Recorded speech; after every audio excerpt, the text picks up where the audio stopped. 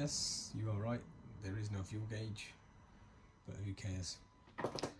Today, another video, and I will be changing this. Just doesn't look right, does it? It's all black.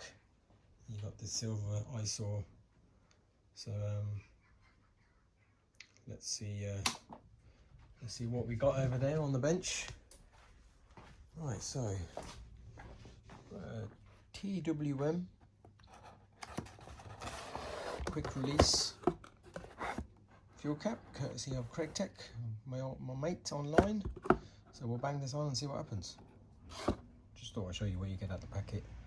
So obviously you get the cap, you get another set of bolts to bang it down, you get this rubber seal, some instructions, and yeah, Craig Tech. Hook the man up if you need some parts.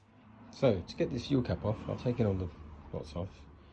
It was it's coming loose, but it weren't coming out, so I did a quick check and this thing's got to come off. So for that to come off, the seat's got to come off. So I'll undo these two, flip this off, and I should be able to get this bugger out. Right, now that it's off, I need to take those two screws off, remove this. Once that's off, I put that back on the bike, and then I'll fit that on top of it after. So that's the easiest way to do it, using the new set of screws. And while MotoGP is on, sorted. Oh, okay, perfect timing, see that? So that's on now, secured, nice and sealed. I mean, just look at that, that just looks a million times better. Nice little Italy flag as well, perfect. Look at that, man. A million times better.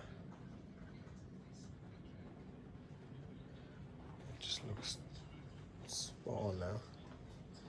I am liking that, yes. Let's keep it going.